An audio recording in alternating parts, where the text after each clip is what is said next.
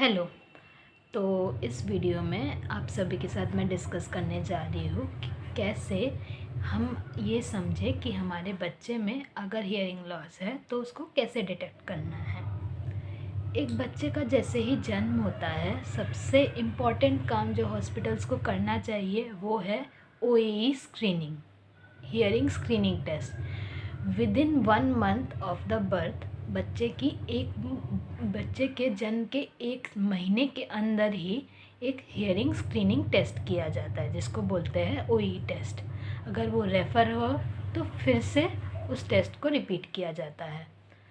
अगर पास हो then okay कि अभी के लिए बच्चे में किसी तरह की कोई इशू नहीं है।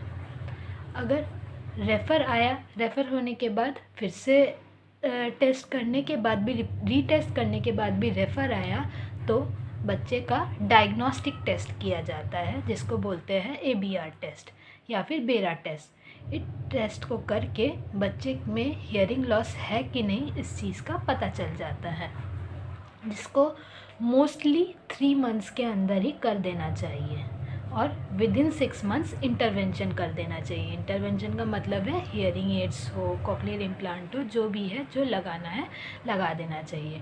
आशा प्रोटोकॉल बोलता है 1-3-6 रूल, जैसे कि 1 मंथ के अंदर बच्चे का हियरिंग स्क्रीनिंग हो जाना है, 3 मंथ्स के अंदर बच्चे का हियरिंग टेस्ट हो जाना है, डायग्नोस्टिक टेस्ट हो जाना है, डायग्नोसिस पूरी तरह से हो जाना है। अगर कोई प्रॉब्लम रहे तो 6 मंथ्स के अंदर ही उसका ट्रीटमेंट कर देना पड़ेगा। ट्रीटमेंट के अब तरीके जानते हैं। ट्रीटमेंट के तरीके होते हैं हियरिंग एड्स लगाना, मैं फ़ोटोज़ दिखा दूँगी आपको, या फिर कॉक्लियर इम्प्लांट लगाना। कॉक्लियर इम्प्लांट होता है एक सर्जरी। हियरिंग एड्स से कॉक्लियर इम्प्लांट में जाने का भी एक रूल रहता है। हमने बच्चे को हियरिंग एड्स लगा दिए, फिर भी हियरिंग एड्स से किसी तरह का कोई फ़ायदा नहीं मिल रहा है तो कुछ ऐसे टेस्ट किए जाते हैं, फिर से रीटेस्ट किया जाता है। हियरिंग एड्स की एफिशिएंसी देखी जाती है, हियरिंग एड्स लगा के उसको थेरेपी देके देखा जाता है। फिर भी अगर लगता है कि हियरिंग एड्स नहीं काम कर रहा है तो कॉक्लियर इम्प्लांट के लिए उसको बच्चे को रेफ़र कर दिया जाता है, जिसको कहते हैं सर्जरी कर देना। एक बच्चे में जितनी जल्दी हियरिंग लॉस का डिटेक्शन हो जाना और जितनी जल्दी उसका ट्रीटमेंट हो जाए बच्चा उतनी जल्दी नॉर्मल लाइफ में जा सकता है। कि एक बच्चे की किसी भी तरह की स्पीच और लैंग्वेज के माइलस्टोन्स में डिले नहीं दिखेगा। तो कैसे समझे कि एक बच्चे में हियरिंग लॉस है अगर आपने हियरिंग स्क्रीनिंग टेस्ट पहले नहीं करवाया हो? तो माइलस्टोन्स के हिसाब से अगर हम कहें 2 से 3 महीने के बच्चे में आपको बिहेवियर ऐसे दिखेंगे कि वो किसी तेज़ आवाज़ को सुन के वो चमक उठता है या फिर कह सकते हैं चौंक जाता है। उसके बाद 4 से 6 महीने के एज में हम देखेंगे कि बच्चा हेड टर्न कर रहा है, उसको अगर हम बुला रहे हैं तो सर घुमा के देखता है। 6 से 12 साल की उम्र में वो अपने नाम पे रिस्पॉन्ड करता है और 12 से 18 महीने के बाद में वो कुछ वर्ड्स बोलने लगता है या फिर सिंपल कमांड फॉलो करता है। मैं स्क्रीन पे आपको स्पीच और हियरिंग के माइलस्टोन्स भी दे दूँगी, आप पॉज करके देख लीजिएगा।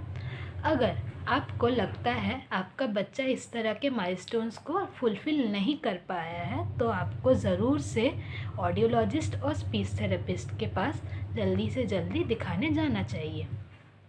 तो हमारा क्या काम है, अगर एक बच्चे में हियरिंग लॉस है, आपको पता चल गया है बच्चे में हियरिंग लॉस है, आपने चेकअप करके सब कुछ पता कर लिया, अब हियरिंग एड्स भी आपने लगा लिए या फिर आपने डिसाइड करके सर्जरी भी करवा ली है।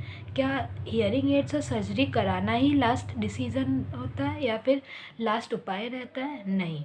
हियरिंग एड्स कॉक्लियर इम्प्लांट हमने लगा दिया, उसके बाद जो मेन काम जो शुरू होता है, बच्चे के साथ हम लोगों को स्पीच थेरेपी भी देनी पड़ती है, क्योंकि उस बच्चे को हम लोग आर्टिफिशियल कुछ चीज़ लगा के दे रहे हैं, वो एक नेचुरल चीज़ नहीं है, जिसकी वजह से उसको उस तरह का इन्वायरमेंट, उस तरह का स्टिमुलेशन नहीं मिलता जो नॉर्मल बच्चे को मिलता है।